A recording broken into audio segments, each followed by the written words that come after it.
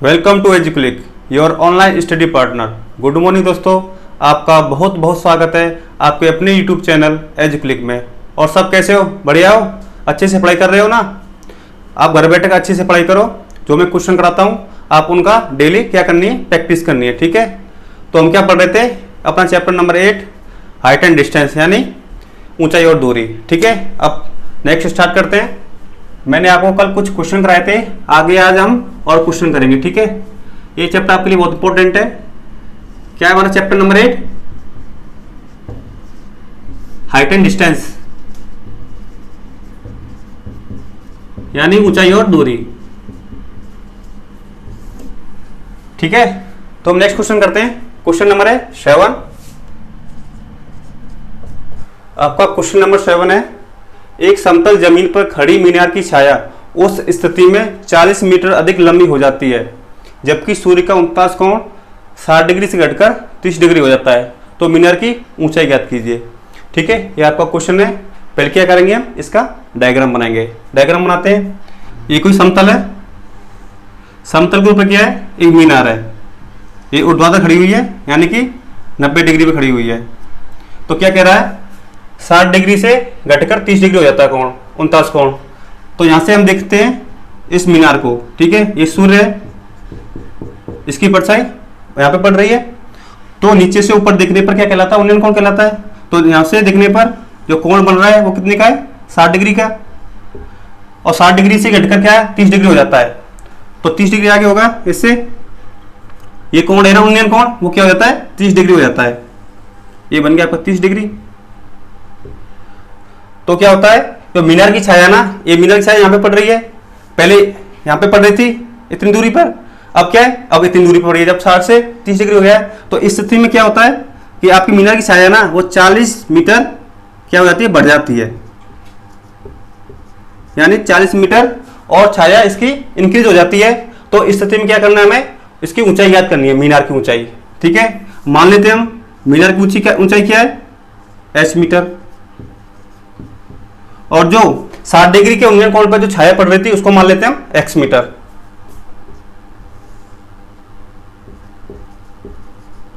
ये होगी आपकी x मीटर लंबाई, और बाद में 40 मीटर और इंक्रीज हो गई। ठीक है, तो टोटल कितनी हो गई?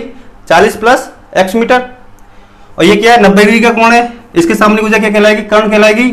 और जो कोण दे रखा है 60 डिग्री और 30 डिग्री, इसकी सामने ऊर्जा क्या कहलाएगी?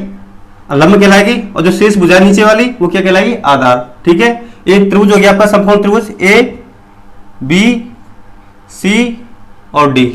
इसमें क्या आपके दो त्रिभुज बनेंगे, एक समकोण त्रिभुज ए बी और डी, और एक ए सी और डी। ठीक है, तो देखते हैं इस क्वेश्चन में क्या क्या दे रखा हमें दे रखा है जो भुजा बीसी है वो कितनी हो जाती है? 40 मीटर हो जाती है। तो बीसी बराबर 40 मीटर ये हमें दे रखी है। यानी कि जब कोण 60 डिग्री से घटकर कितना होता है? 30 डिग्री हो जाता है। और मान लेते हैं जो भुजा ए बी है वो x मीटर है, माना ए बी बराबर x मीटर। और जो हमें मीनार की ऊंचाई याद करनी है उसकी मान लेते हैं हम लंबाई कितनी? h मीटर, माना मीनार की ऊंचाई AD बराबर h मीटर। हमने मान ली जो हमारी मीनार की ऊंचाई है वो h मीटर है। ठीक है, और जो हमें उन्नयन कोण दे रखा है, एक कोण भी 60 डिग्री का दे रखा है और कोण सी 30 डिग्री का दे रखा है। तो कोण भी उन्नयन कोण कितनी डिग्री का दे रखा है? 60 डिग्री का, ये थीटा है। और कोण सी ये भी उन्नयन कोण है, इसका मान क्या है? 30 डिग्री। ठीक है, अब क्या करते हैं, जो समकोण त्रिभुज है ए बी और डी इसको पहले लेते हैं। ठीक है, तो समकोण त्रिभुज ए बी डी में तो हमें क्या दे रखा है? इसमें लंब और आधार। लंब और आधार के बीच में किस त्रिकोणमितीय अनुपात को यूज करते हैं? tan theta. तो tan थीटा लगाओ इसमें। तो tan थीटा क्या होता है? मैंने आपको बताया लंब बटे आधार। और इस समकोण त्रिभुज में यानी कि एबीडी में जो लंब क्या है? एडी, और आधार क्या है? E B. अब क्या करेंगे, इनकी वैल्यू रखेंगे। तो इसमें उन्नयन कोण का मान क्या है, थीटा का मान 60 डिग्री, tan 60 डिग्री बराबर ए डी, लंब का मान क्या है, h मीटर, और ए बी जो आधार है वो क्या है, x। इसे सॉल्व करो। tan 60 का मान क्या होता है, √3 बराबर h अपॉन x। तो यहां से क्या आ जाएगा, h बराबर क्या आ जाएगा, वज्रगुणन कर दो इसका, h से 1 का h बराबर और x का √3 से, तो √3x। तो हमारे पास h का मान आ गया √3x। अब क्या करेंगे, जो हमारा जो दूसरा समकोण त्रिभुज है ए सी और डी, इसमें लगाएंगे। तो त्रिभुज ए सी डी में ये क्या हो गया, इसका आधार, ए सी इसका हो गया आधार और ए डी क्या हो गया, इसका लंब। तो इसमें लगाएंगे क्या, tan थीटा, लंब बटे आधार। तो लंब क्या है, ए डी, और आधार क्या हो गया इस त्रिभुज का, ए सी।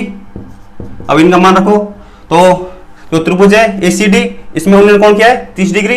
तो tan 30 डिग्री बराबर ए डी क्या है, h, और ए सी का मान क्या है, कितना हो गया, टोटल हो जाएगा 40 प्लस एक्स, 40 प्लस एक्स। अब इसे सॉल्व करो। tan 30 का मान क्या होता है, 1/√3 बराबर h अपॉन 40 प्लस एक्स। और हमारा जो h का मान कितना आया था, √3x। इसमें क्या करेंगे, h की जगह √3x रख देंगे, ठीक है। तो h का मान रखने पर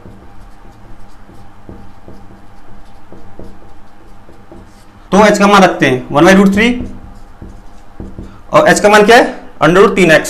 तो √3x बट्टे 40 प्लस x।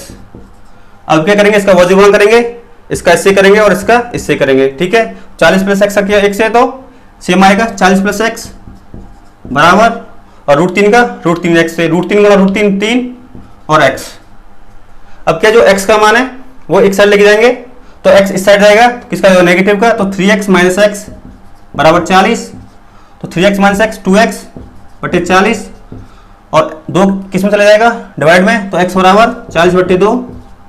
तो x का मान आ जाएगा हमारे पास, x बराबर 20। तो x का मान आ गया 20 मीटर, ठीक है। ये जो x है ना, इसका मान आ गया 20 मीटर। हमें किसका मान निकालना है, मीनार की ऊंचाई। तो हमें मीनार की ऊंचाई क्या मानी थी, h, ठीक है। जो h बराबर क्या हमारे पास, √3x। इसको मान लें समीकरण नंबर 1। तो समीकरण 1 से h बराबर क्या है, √3x। जो हमारा x का मान आया है 20 मीटर, इसमें रखेंगे, ठीक है, x का मान। तो h बराबर क्या जाएगा, 20 आ गया x का मान, और √3। तो ये आ गया आपका आंसर, किस में आएगा, मीटर में। अतः मीनार की ऊंचाई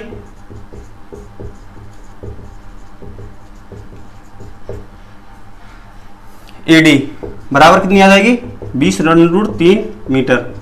अगर आपको इसे आगे सॉल्व करना है तो क्या है, √3 का मान रख देंगे। √3 का मान क्या होता है, 1.732। तो यह आ जाएगी 34.64 मीटर, ठीक है। ये रहा आपका आंसर। आपको क्वेश्चन समझ में आ गया। अब इसे नोट करो, आगे हम नेक्स्ट क्वेश्चन करते हैं। ये आपका नेक्स्ट क्वेश्चन है, क्वेश्चन नंबर 8।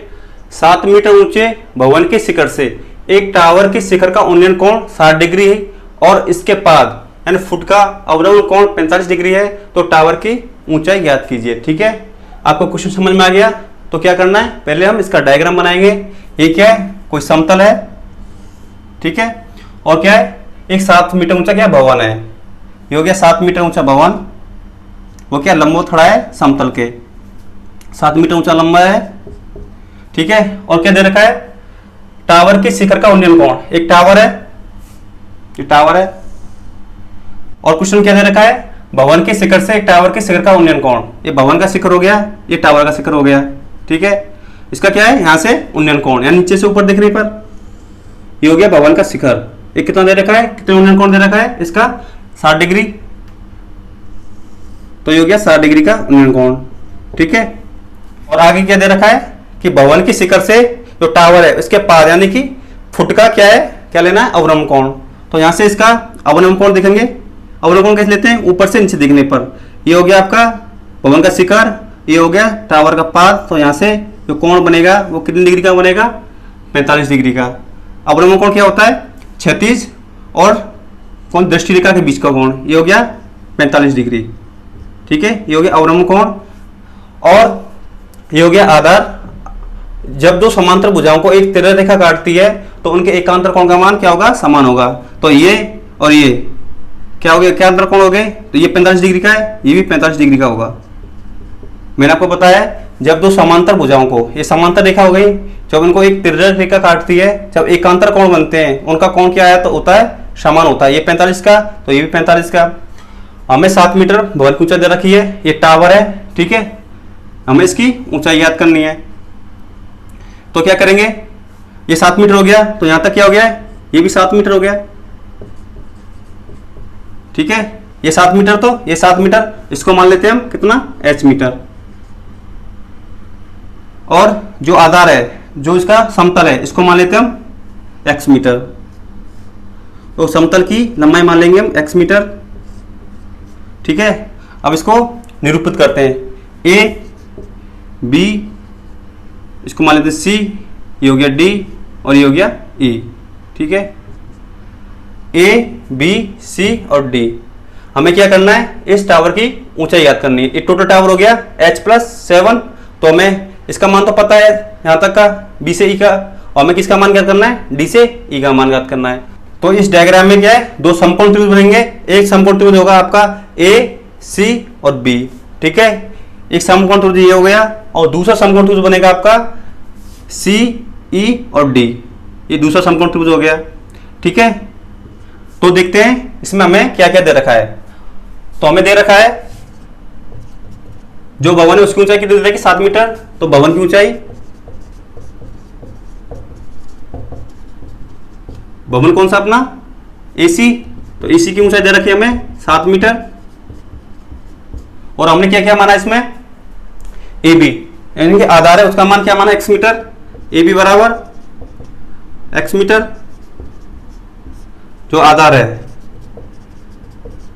ठीक है, और जो उन्नयन कोण है, कोण बी 45 डिग्री और उन्नयन कोण सी 60 डिग्री। कोण सी, उन्नयन कोण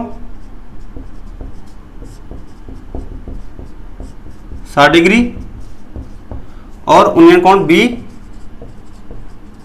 इसका मान है 45 डिग्री। ठीक है, और हमने क्या माना इसमें, जो डीई है, क्या माना, h मीटर। डीई बराबर h मीटर। ठीक है, अब लगाएंगे पहले समकोण त्रिभुज ए बी और सी में। ठीक है, समकोण त्रिभुज ए बी सी में। तो ये समकोण त्रिभुज का समकोण एंगल हो गया, इसके सामने हो गया कर्ण हो गई, ये हो गया इसका लंब और ये हो गया इसका आधार। तो हमें लंब और आधार के बीच में लगाना है। तो कौन सा त्रिकोणमितीय अनुपात लगाएंगे, tan थीटा। तो tan थीटा लगाएंगे। tan थीटा बराबर क्या होता है, लंब बटे आधार। और लंब क्या है यहाँ पे, इस त्रिभुज में AC और आधार क्या है, AB। अब इनका मान रखते हैं, और उन्नयन कोण दे रखा है हमारे लिए 45 डिग्री, tan 45 डिग्री बराबर AC का मान क्या है, 7 मीटर, और AB हमने माना x मीटर। और tan 45 का मान क्या होता है, 1, तो 7/x। तो x बराबर हो जाएगा अपना 7। तो x का मान आएंगे हमारे पास 7 मीटर। ठीक है, आगे सॉल्व करते हैं। आगे लेंगे हम दूसरा समकोण त्रिभुज CDE, त्रिभुज CDE में। ठीक है, ये हो गया इसका आधार हो गया, ये लंब हो गया, ये कर्ण हो गया। तो लंब और आधार के बीच में कौन सा त्रिकोण बनाएंगे, tan थीटा लंब बटे आधार, tan थीटा लंब बटे आधार। यहां पे लंब क्या है, DE, और आधार इसका हो जाएगा CE। और जो x का मान कितना है अपने पास, 7 मीटर। ये 7 मीटर है, तो ये भी 7 मीटर होगा। ठीक है, तो ये भी 7 मीटर आ जाएगा अपने पास, जो CE है। ठीक है, तो मान रखते हैं इसका। तो इस त्रिभुज में उन्नयन कोण का मान क्या है, 60 डिग्री। तो tan 60 डिग्री बराबर DE, D मतलब कि लंब h metre, h CE, C का मान क्या आ जाएगा, 7 मीटर। चूंकि AB बराबर क्या है CE के, तो कितना आ जाएगा, 7 मीटर। ठीक है, अब इसे आगे सॉल्व करते हैं। टेन साइड का मान क्या होता है? √3 h/7। अब इसे निकालते हैं। h बराबर क्या हो जाएगा? 7√3। यह आ गया h का मान। तो हमें किसका मान निकालना है? जो हमारे टावर का ऊंचाई है, यानी कि 7 + h। तो टावर की ऊंचाई, टावर के अपना BD, ये हो जाएगा 7 + h मीटर। ठीक है, अब इसका मान रखो 7, और h का मान आ गया अपने पास 7√3।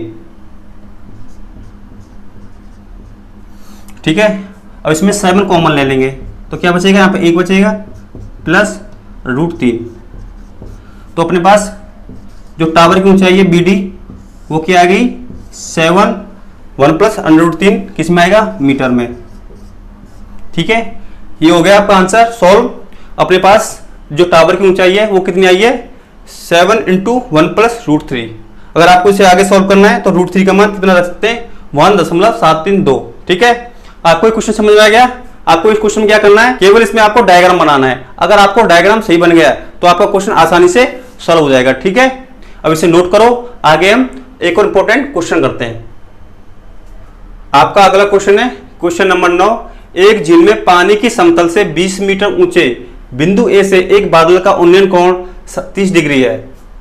यदि झील में बादल का प्रतिबिंब का बिंदु ए से अवलंब कोण 60 डिग्री हो तो बिंदु ए से बादल की दूरी ज्ञात कीजिए। ठीक है, आपको ये क्वेश्चन ढंग से समझ में आपको क्वेश्चन समझ में आ गया? पहले क्या इसका डायग्राम बनाएंगे। ठीक है, ये कुछ समतल है, किसका? जो झील है, ये झील हो गई। ठीक है, ये झील है, यहाँ पानी भरा हुआ है, और इसका हो गया समतल झील का। समतल से 20 मीटर ऊंचे बिंदु ए, ये 20 मीटर क्या हो गया? कोई ऊंचा बिंदु है। ठीक है, ये बिंदु, यहां से क्या है? बादल का उन्नयन कोण 30 डिग्री है। ठीक है, यहाँ पे बादल है। ठीक है, तो यहां से ए से क्या है? उन्नयन कोण बन रहा है कितने डिग्री का? 30 डिग्री का। यानी कि बिंदु ए से बादल का उन्नयन कोण कितना है? 30 डिग्री है। और आगे हमें क्या दे रखा है क्वेश्चन में कि झील में बादल का प्रतिबिंब बिंदु ए से अवलंब कोण 60 डिग्री पर है। तो जो बादल है, यानी कि यहाँ पे जो बादल है उसका प्रतिबिंब बनेगा कहाँ पे? झील में। आपने देखा होगा अगर आपके नीचे पानी है, ठीक है, जैसे कोई नदी है, अगर आपकी लंबाई 6 फीट है तो जो हमारा पानी है उसके अंदर क्या हमारी जो लंबाई है 6 फीट, वो क्या अंदर दिखाई देगी। ऐसे ही जो बादल हमारे इतना ऊंचाई पे, नीचे भी उतना नीचाई पे दिखाई देगा। ठीक है, तो जो यहाँ से बादल की ऊंचाई है, समतल से जो बादल की ऊंचाई है वो उतनी ही गहराई में दिखाई देगी। ठीक है, तो यहाँ से बादल का प्रतिबिंब बनेगा यहाँ पे। और क्या दे रखा है? बिंदु ए से जो बादल का अवलंब कोण कितना डिग्री बनता है? 60 डिग्री कोण बनता है। तो बिंदु ए से बादल का अवलंब कोण बनेगा 60 डिग्री। ठीक है, तो 36 और जो दृष्टि रेखा है उसके बीच में कितना कोण बनेगा? 60 डिग्री का। ये हो गया आपका अवलंब कोण। और ये क्या हो गया? इसका 36 हो गया। ऐसे ही नीचे 36 होगा। ठीक है, और मैंने आपको बताया है जब दो समांतर रेखाओं को एक तिर्यक रेखा काटती है जो एकांतर कोण बनते हैं, एकांतर कोण ये हो जाएगा। उन एकांतर कोणों का मान क्या होता है? समान होता है। तो ये कोण कितने का हो जाएगा? 60 डिग्री का। ठीक है, अब इसको क्या करते हैं? निरूपित करते हैं। मैंने इसको मान लिया, ये ए हो गया, ये बी हो गया, ये सी, ये डी हो गया, ये ई, एफ और जी। ठीक है, मैंने इसका नाम दे दिए A B C D E F G. ठीक है, अब इस डायग्राम में एडी का मान क्या है? 20 मीटर है, और इसको मान लेते हैं हम कितना? h metre. बीसी की ऊंचाई मान लेते हैं h मीटर, और ये भी 20 मीटर है, तो बीई भी 20 मीटर होगा क्योंकि इनकी ऊंचाई क्या है? सेम है। ये भी 20 मीटर हो गया। और जो समतल है झील का, इससे ऊंचाई बादल कितनी है? 20 + h मीटर। तो नीचे भी 20 + h मीटर होगी, तो इसकी ऊंचाई हो जाएगी बादल की 20 + h मीटर।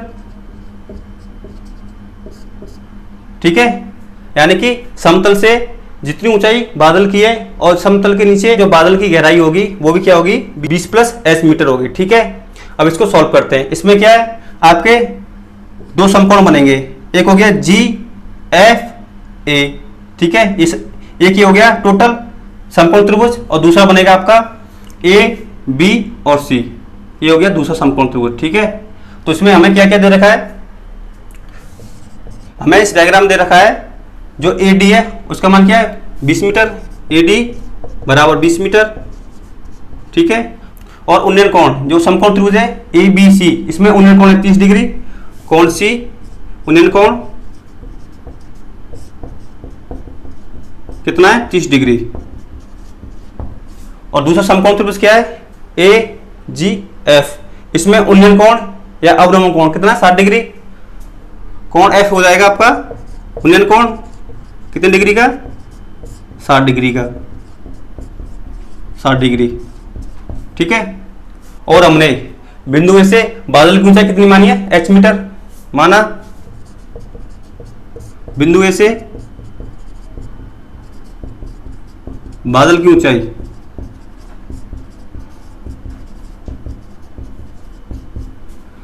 BC बराबर क्या है h मीटर, ठीक है। तो पहले हम एक समकोण त्रिभुज लेंगे A B और C, तो समकोण त्रिभुज ABC में, ठीक है। एक हो गया इसका आधार हो गया, ये हो गया लंब और कर्ण, तो लंब और आधार के बीच में कौन सा त्रिकोणमिति अनुपात का यूज आएगा tan थीटा, तो tan थीटा बराबर हो जाएगा लंब बटे आधार, इसमें लंब क्या है BC और आधार क्या है AB, अब इनका मान रखो। और उन्नयन कोण का मान दे रखा है 30 डिग्री, तो tan 30 डिग्री, BC का मान दे रखा है हमारे पास h मीटर बट्टे AB, हम AB का मान निकालना है इसमें, तो tan 30 का मान होता है 1/√3 h बट्टे AB, तो AB बराबर आ जाएगा h√3, ठीक है। AB का मान आ गया h√3। अब इसे आगे सॉल्व करते हैं। अब देखेंगे दूसरा समकोण त्रिभुज AGF, ठीक है। तो त्रिभुज AGF में अब इस समकोण त्रिभुज में यानी कि AG लंब हो गया, GF आधार हो गया और AF हो गया इसका कर्ण, ठीक है। तो लंब और आधार इनके बीच में कौन सा त्रिकोणमितीय अनुपात जिसमें आएगा tan थीटा, तो tan थीटा बराबर हो जाएगा लंब बटे आधार, तो इस समकोण त्रिभुज में लंब क्या है AG और आधार है GF। अब इनका मान रखते हैं, और इस समकोण त्रिभुज में थीटा यानी कि कितना है 60 डिग्री, tan 60 डिग्री, और लंब कितना हो जाएगा AD प्लस GD यानी 20 प्लस H प्लस 20, तो 20 प्लस H प्लस 20 ये टोटल हो जाएगा यानी कि 80 बट्टे GF यानी कि इसका आधार। हमारे पास जो AB का मान कितना आया था, AB आया था h√3, तो ये भी कितना होगा h√3, ठीक है। तो इसका मान आ जाएगा GF का h√3, चूंकि GF बराबर AB h√3, ठीक है। अब इसे सॉल्व करते हैं। tan 60 का मान होता है √3 और 20 प्लस 20 कितना हो गया 40 और प्लस h बट्टे h√3। अब इसका करेंगे वज्र गुणा, यानी कि इसका इससे गुणा और जो इसके बट्टे में एक आएगा उसका इससे गुणा, तो 40 प्लस h बराबर और √3 का h√3 से, तो √3 गुणा √3 3h। अब इसे सॉल्व करते हैं। जो h वाले पद हैं उनको एक साइड लेके जाएंगे, तो h का इस साइड हो जाएगा पंचांतरण नेगेटिव का, तो 3h माइनस h बराबर 40, ठीक है। तो 3h माइनस h कितना हो जाएगा 2h बराबर कितना बचेगा 40, और 2 का इसमें हो जाएगा डिवाइड, तो h बराबर 40 बट्टे 2, तो h आ जाएगा अपने पास 20 मीटर, ठीक है। तो हमारे पास h का मान आ गया, जो a से जो बादल की ऊंचाई थी h बराबर 20 मीटर। हमें क्या याद करना है, झील में जो बादल का प्रतिबिंब बना है उसकी टोटल ऊंचाई याद करनी है। अतः बिंदु ए से झील में बादल के प्रतिबिंब की दूरी।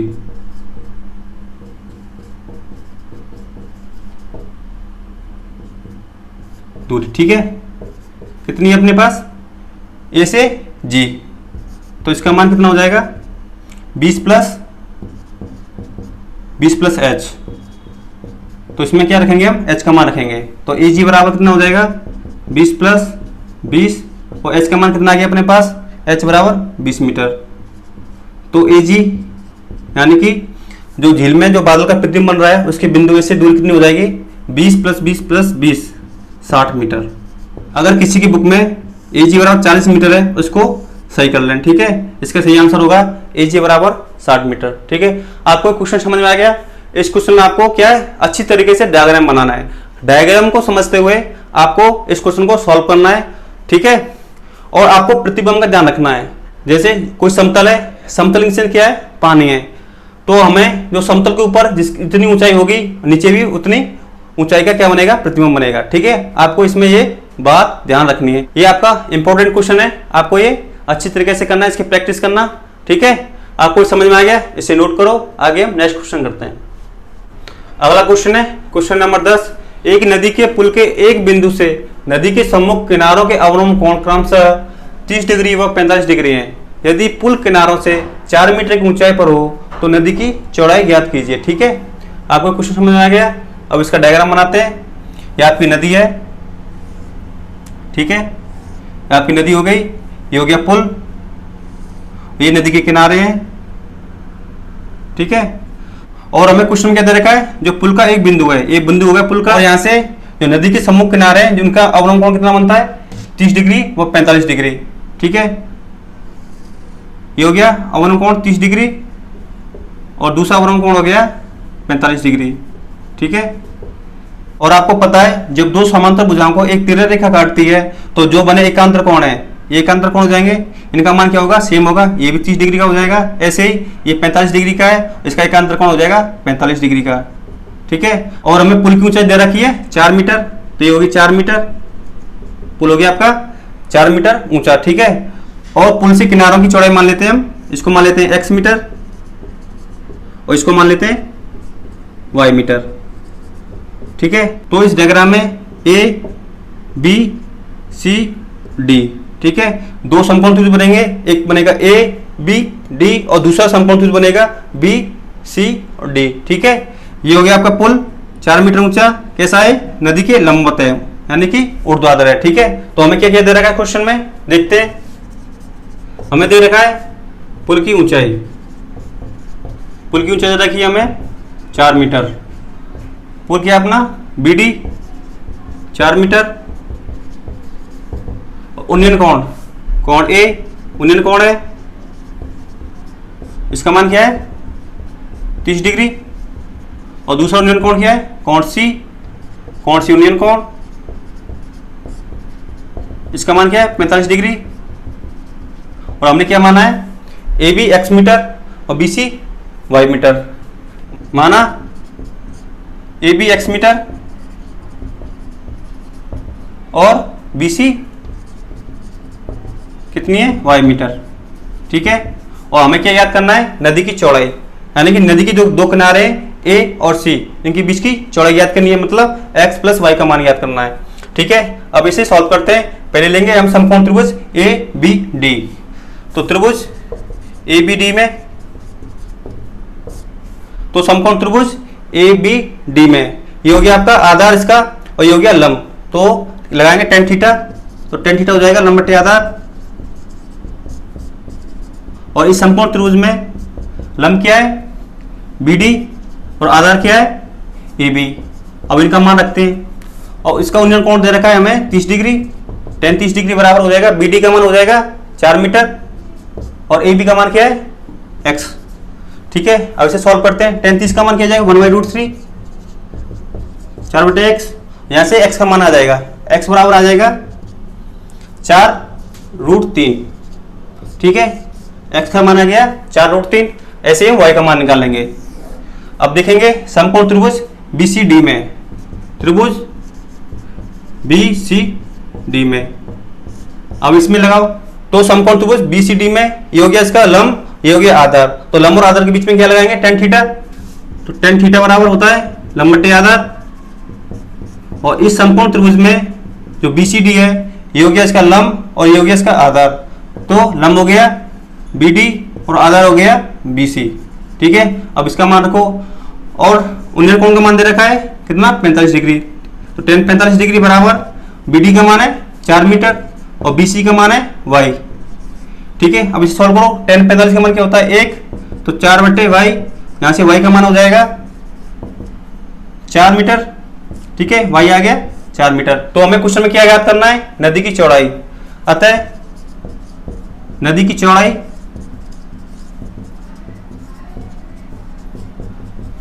यानी कि A और C।